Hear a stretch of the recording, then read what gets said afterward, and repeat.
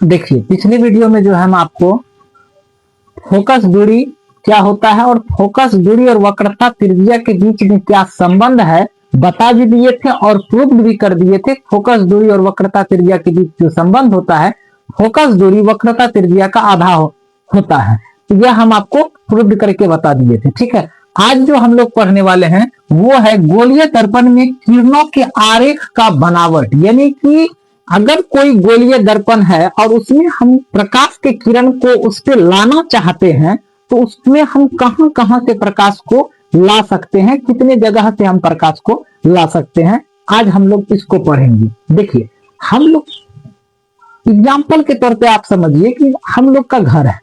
हम लोग का अगर घर है तो घर तो पूरा है, लेकिन क्या घर के ऊपर से हम छत पर से हम तो अंदर नहीं जा सकते हैं, छत के ऊपर से सीधे अंदर घुस जाएंगे, नहीं जा सकते। उसके लिए भी रास्ता बना हुआ है। आप ज्यादा कीजिएगा तो मेन गेट से आ सकते हैं, अगर आप बाईपास गेट रखे हैं तो वहां से आ सकते हैं, पीछे का गेट रखे हैं तो वहां से आप भेज सकते हैं। यानी कहने का मतलब है कि अगर आपके घर में 3 जगह से रास्ता बना हुआ है, 3 जगह से आप अपने घर में प्रवेश कर सकते हैं।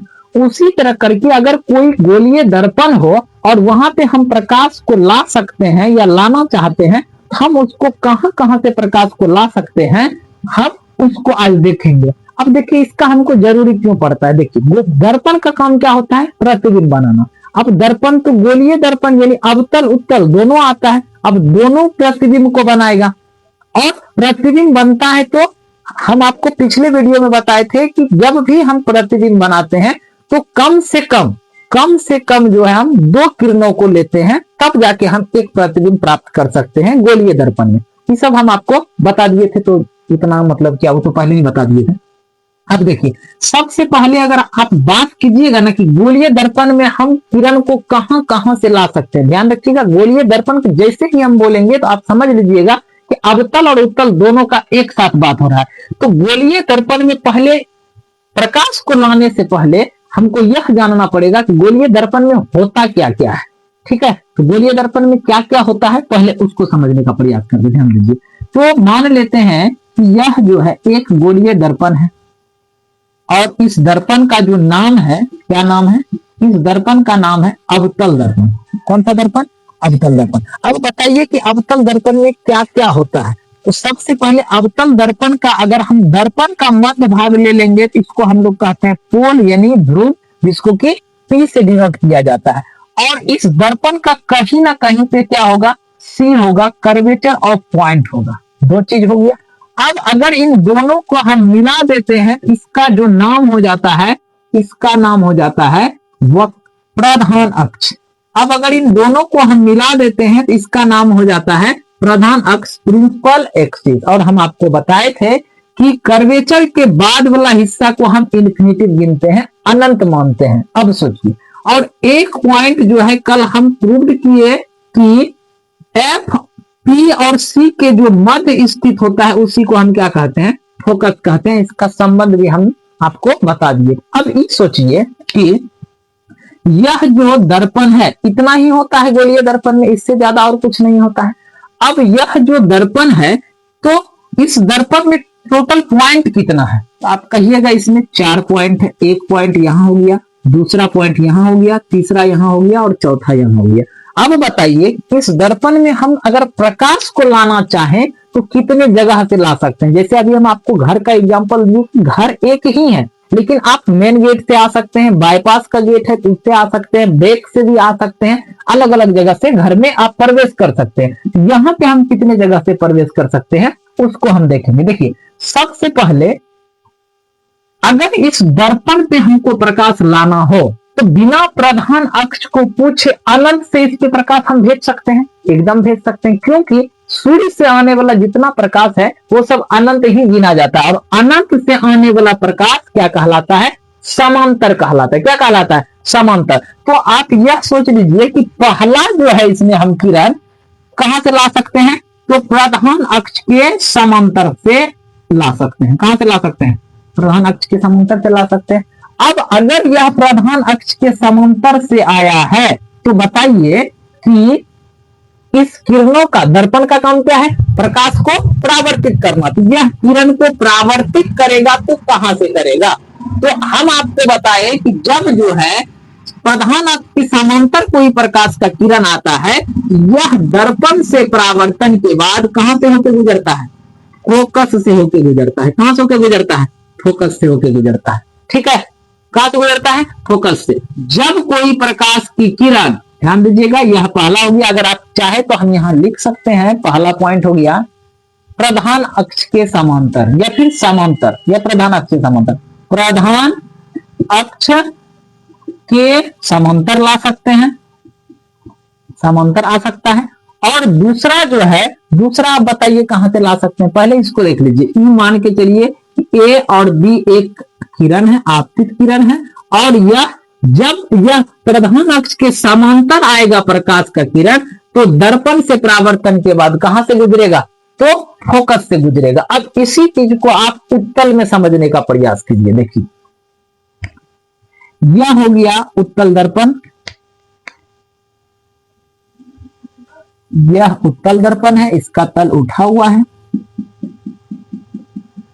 यह उत्तल दर्पण हो गया। दोनों को एक साथ लेके चलेंगे, और इस दर्पण का भी कहीं ना कहीं तो पोल होगा, यानी ध्रुव होगा, यहां है, और यह भी किसी ना किसी गोला का हिस्सा होगा, तो सी भी आपका यहां होगा।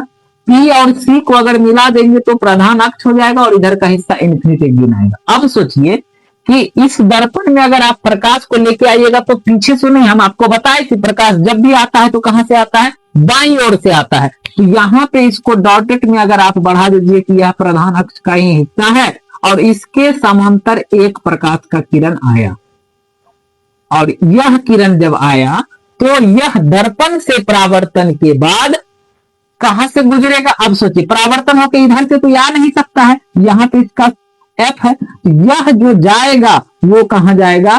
फोकस के दिशा से। अब अगर परावर्तित होकर इधर चल गया, अब अगर आप इसको देखिएगा तो आपको लगेगा कि यह कहां से आ रहा है? फोकस के दिशा से आ रहा है। यानी अवतल दर्पण में समांतर आने वाला प्रकाश का किरण फोकस से गुजरता है, और उत्तल दर्पण में प्रधान अक्ष के समांतर आने वाली प्रकाश की किरणें हमको ऐसा लगता है कि यह फोकस से आ रहा है। ठीक है, अब देखिए, यह हुआ आपतित किरण, यह हुआ परावर्तित किरण। इन दोनों को अलग करने के लिए हम एगो लंब का जरूरी पड़ेगा, और लंब जो है, अगर आप लंब खींचिएगा, यह लंब जो है कहां से खिंचाएगा? कर्वेचर से खिंचाएगा। कहां से खिंचाएगा? कर्वेचर से। ध्यान रखिएगा कि जब भी हम लंब खींचेंगे तो कहां से खिंचाएगा? कर्वेचर ऑफ पॉइंट से खिंचाएगा। और आपको पता है कि लंबवत वाला प्रकाश का किरण जो है वो हमेशा उसी दिशा से गुजर जाता है। एक हो गया तुम्हारा पहला प्रधान अक्ष के समांतर आने वाले। अब सोचिए, इसमें भी अगर हम लंब डालने का प्रयास करेंगे तो ई भी कहां जाएगा? ई भी कर्वेचर के दिशा में ही चला जाएगा। ई भी लगेगा कि कहां से आ रहा है? कर्वेचर के दिशा से आ रहा है। तो यहां हो गया आपका, इसमें हो गया आर, और यहां हो गया आई। आई बराबर आर होता है। अब दूसरा कंडीशन इसमें समझने का प्रयास कीजिए। अब एक तो प्रधान अक्षीय समांतर आप लेके चल गए, अब ये बताइए कि अब दूसरा आप कहां से ले सकते हैं? तो प्रधान अक्ष के समांतर गया, यानी कहां से गया? अनंत से, या अनंत से, अनंत से। तो पहला जो आप गोलीय दर्पण में प्रकाश को ला सकते हैं वो कहां से ला सकते हैं? अनंत से। और अनंत से आने वाला प्रकाश का किरण कहां से वापस कहां से जाएगा? फोकस से, या तो फोकस के दिशा से। बात समझ में आ गया? अब दूसरा देखिए, अब बताइए अनंत के बाद क्या पड़ता है? कर्वेचर पड़ता है। इधर इसी में सब देखते हैं, अनंत है, अनंत के बाद क्या है? कर्वेचर है। तो वक्रता केंद्र से, वक्रता केंद्र से भी आप दर्पण में प्रकाश को ला सकते हैं, केंद्र से। अब देखते हैं वक्रता केंद्र से जब प्रकाश को हम दर्पण में आपतित करते हैं तो इसके साथ क्या होता है? ध्यान से समझने का प्रयास कीजिए। इसको थोड़ा सा छोटा कर देते हैं। अब हम फिर एक दर्पण बनाएंगे, अवतल और उत्तल दोनों बनाएंगे। अब छोटा छोटा बनाते हैं। यह हो गया आपका, मान के चलिए, इस चीज को समझना बहुत जरूरी है। जो इसको नहीं समझ सकता है उसी को प्रतिबिंब बनाने में दिक्कत होता है। दर्पण कह देगा, दर्पण के सामने यहां और यहां रखा हुआ है, वो दो किरण को ला ही नहीं सकता है। जब वो दो किरण को लेके नहीं आ सकेगा, उसको यही समझ में नहीं आता है कि दो किरण तो बोल दिया है लेने के लिए, लेकिन लाएंगे कहां से? और लाता है तो उसको यही पता नहीं होता कि वापस लौटेगा कहां से। अब सोचिए, जब प्रकाश का किरण वापस लौट के मिलेगा नहीं तब तक प्रतिबिंब बनेगा कैसे? क्योंकि प्रतिबिंब क्या कहता है, जब प्रकाश की किरण किसी दर्पण पर पड़ता है तो दर्पण से परावर्तन के बाद जहां पे मिलेगा या फिर जहां से आता हुआ दिखाई देगा उसको प्रतिबिंब कहता है। और उसको यही पता नहीं रहता है कि वो इसको पहले तो ही पता नहीं होता प्रकाश आ कहां से सकता है, और दूसरा ये पता नहीं होता है कि आया तो किसी तरह खींच के ले आया, उसको वापस कहां से भेजा जाएगा, यहां ध्यान दिया जाए। अब देखिए,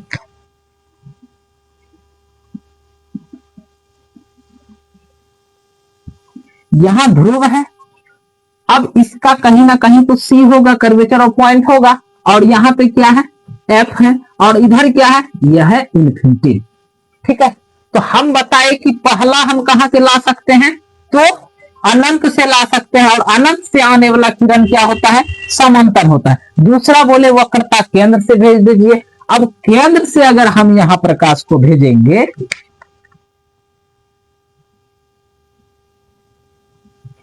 अभी अभी हम बताए कि केंद्र से जाने वाला जो प्रकाश होता है वो क्या होता है, लंबवत होता है, और लंबवत पड़ने वाले प्रकाश के किरणों का परावर्तन कहां से होता है, उसी दिशा में हो जाता है, जिधर से गया था उधरे से चल आया। जिधर से गया यानी 90 डिग्री के एंगल में यहां पे पड़ता है, तो 90 डिग्री के एंगल में अगर यह पड़ेगा तो यह लंबवत पड़ने वाला प्रकाश के किरण का परावर्तन जिस दिशा में गया था उसी दिशा में वापस लौटा दिया। अब बताइए कि क्या यहाँ पे आपतन कोण बनेगा, नहीं बनेगा। क्या यहाँ पे परावर्तन कोण बनेगा, नहीं बनेगा, क्योंकि दोनों 90 डिग्री है, और 90 डिग्री में जब लंबवत कोई पड़ता है तो जैसे आया था वैसे लौट गया, इसके हाथ में कुछ नहीं है, जैसे आया वैसे लौट गया। अब इसी चीज को आप किसमें देखिए, उत्तल दर्पण में देखिए।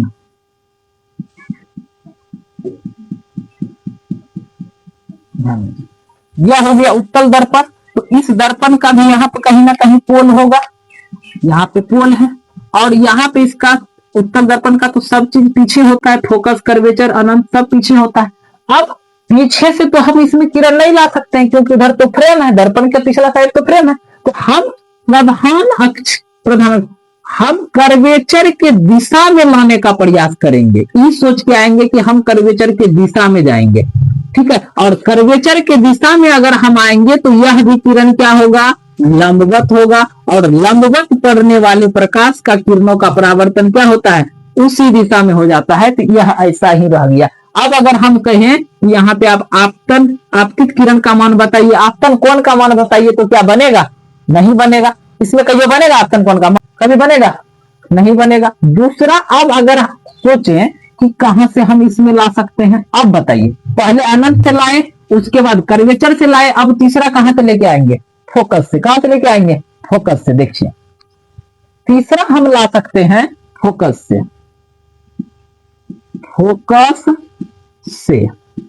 अब अगर फोकस से आएगा, अब अगर फोकस से आएगा तो फोकस से आने वाला प्रकाश के किरणों का परावर्तन देख लीजिए, यह हो गया दर्पण। अब यह अगर दर्पण है, इसका कहीं ना कहीं पर तो ध्रुव होगा, पहले तो ध्रुव तो दर्पण पे होता है, और कहीं ना कहीं इसका केंद्र होगा, और कहीं ना कहीं एफ होगा, और इसको जब हम मिला देंगे तो क्या हो जाएगा, प्रधान अक्ष हो जाएगा। और इधर क्या है, इधर है इन्फिनिटी, यह सी हो गया, यह एफ हो गया, और यहाँ पी है। अब पहले अनंत से आया, फिर कर्वेचर से आया, अनंत के बाद कर्वेचर, अब कहां से आएगा, फोकस से आएगा। कहां से आएगा, फोकस से। अब सोचिए कि अगर हम फोकस से प्रकाश के किरण को लेके जाएं, फोकस से, यह फोकस से गया, ध्यान से समझिए, फोकस से गया, अब समांतर आया था तो फोकस से निकला था, तो फोकस से अगर जाएगा तो क्या हो जाएगा, वो समांतर नहीं हो जाएगा, ये हो गया समांतर। फोकस से आने वाली प्रकाश के किरणों का जो परावर्तन होगा वह प्रधान अक्ष क्या हो जाएगा, समांतर हो जाएगा। एकदम यहां का उल्टा कर दीजिए, समांतर गया तो फोकस से, अब फोकस से गया तो हो गया कैसा, समांतर। अब सोचिए कि क्या यहाँ पे हम तब आपतित किरण और परावर्तित किरण को अलग कर सकते हैं, बिल्कुल कर सकते हैं, क्योंकि कर्वेचर मेरा खाली है। कर्वेचर यहां से इसमें अगर हम डाल देंगे तो यह क्या हो जाएगा, अलग हो जाएगा और यहाँ पे आने वाला किरण ऊपर में आई है और यहाँ पे आ रहा है, ऐसा हो जाएगा।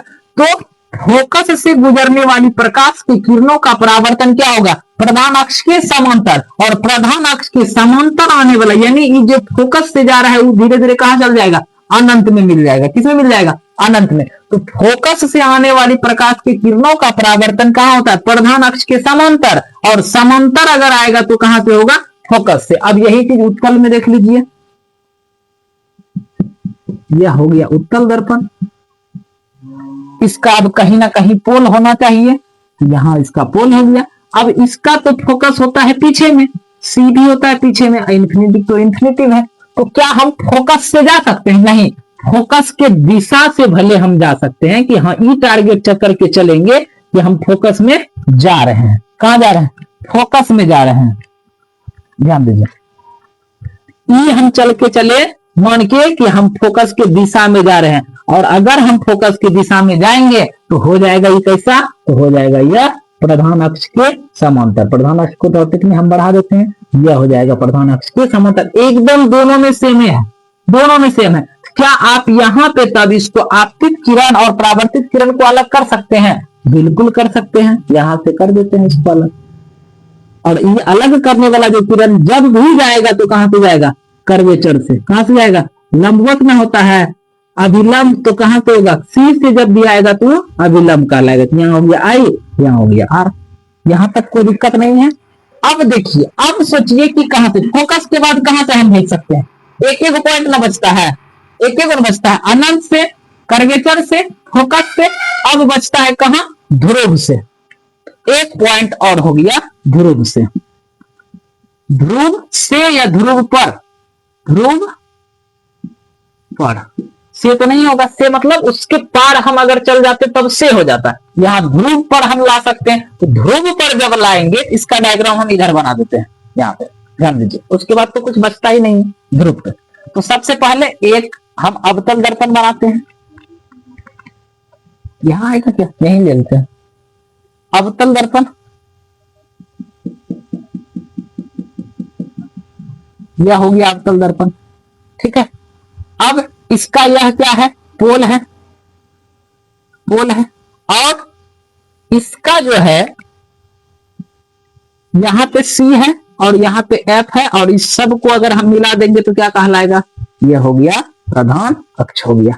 अब देखिए, अगर हम ध्रुव पे प्रकाश को लाएंगे, कहां लाएंगे, ध्रुव को, ध्रुव पे, तो ध्रुव पे अगर कोई प्रकाश आएगा तो जिस एंगल में आता है उसी एंगल में ही वापस ऐसे करके लौट जाता है। यानी इसका कहने का मतलब ये हो गया कि ध्रुव पे आने वाली प्रकाश की किरणों के लिए जो है यही, और अभिलंब जो है क्या कि प्रधान अक्ष किसका काम करता है, अभिलंब का काम करता है। यहां हो गया आर, इधर से वापस लौट गया।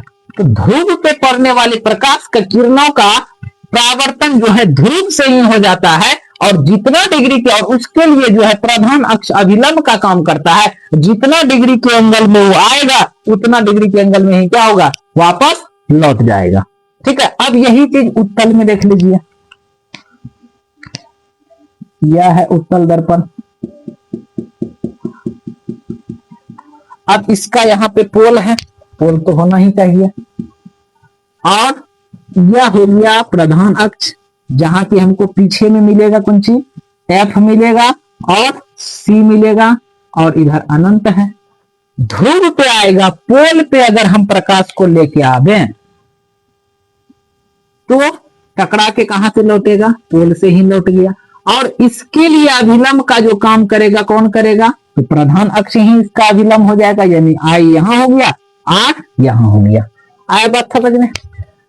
तो कुल मिला के बात इतना है कि गोलीय दर्पण में अगर हम प्रकाश को लाना चाहते हैं तो गोलीय दर्पण में हम प्रकाश को कितना जगह से ला सकते हैं, 4 जगह से प्रकाश को ला सकते हैं। कहां कहां से ला सकते हैं, प्रधान अक्ष से ला सकते हैं, प्रधान अक्ष के समांतर ला सकते हैं। दूसरा कहां से ला सकते हैं, तो दूसरा कर्वेचर ऑफ पॉइंट से ला सकते हैं। तीसरा कहां से ला सकते हैं, फोकस से ला सकते हैं। और चौथा कहां से ला सकते हैं, ध्रुव पर ला सकते हैं। कहां पे ला सकते हैं, ध्रुव पर, ध्रुव से नहीं, क्योंकि ध्रुव के पार हम दर्पण में नहीं हो सकते हैं। अब देखिए एक बार इसको रिवाइज कर लीजिए, ध्यान समझिए। जब प्रकाश सबसे पहले गोलीय दर्पण में हम प्रकाश को कितना जगह से भेज सकते हैं, तो हम गोलीय दर्पण में प्रकाश को 4 जगह से भेज सकते हैं, यानी 4 जगह से ला सकते हैं। पहला कहां से ला सकते हैं, तो पहला ला सकते हैं अनंत से। अनंत से आने वाला प्रकाश का किरण जो होता है वो क्या होता है, समांतर होता है। कैसा होता है, समांतर। तो अनंत से आने वाला प्रकाश का किरण कहां से वापस जाएगा, फोकस से वापस गुजरेगा। परावर्तन के बाद कहां से गुजरेगा, फोकस से। दूसरा हम कहां से ला सकते हैं, दूसरा ला सकते हैं कर्वेचर से। कर्वेचर से आने वाला प्रकाश का किरण जो होता है वो लंबवत हो जाता है, और लंबवत पड़ने वाला प्रकाश का किरण का परावर्तन उसी दिशा में होता है, इसीलिए इसमें आपतन कोण और परावर्तन कोण दोनों का मान क्या होगा, 0 होगा। तीसरा हम कहां से ला सकते हैं, तीसरा हम ला सकते हैं फोकस से। जिस तरह से अनंत से आया था तो फोकस से गुजरा था, फोकस से अगर जाएगा तो वह प्रधान अक्ष के समांतर अनंत में चला जाएगा। ठीक है, तो फोकस से होकर गुजरने वाली प्रकाश के किरणों का परावर्तन कहां से होगा, प्रधान अक्ष के समांतर होगा। और चौथा बच जाता है आपके कौन सी, ध्रुव पे। तो ध्रुव पर अगर कोई प्रकाश का किरण पड़ेगा तो वह उसी जगह से वापस लौट जाएगा, और जितना डिग्री के एंगल में ध्रुव पे आपतित होगा उतना डिग्री के एंगल में ही यह ध्रुव के प्रधान अक्ष के नीचे से वापस लौटेगा। आया था ध्रुव पे कहा, प्रधान अक्ष के ऊपर से, और वापस कहां से गया, प्रधान अक्ष के नीचे से। आ गया सबको समझ में, उम्मीद करते हैं कि सबको समझ में आ गया होगा। ठीक है।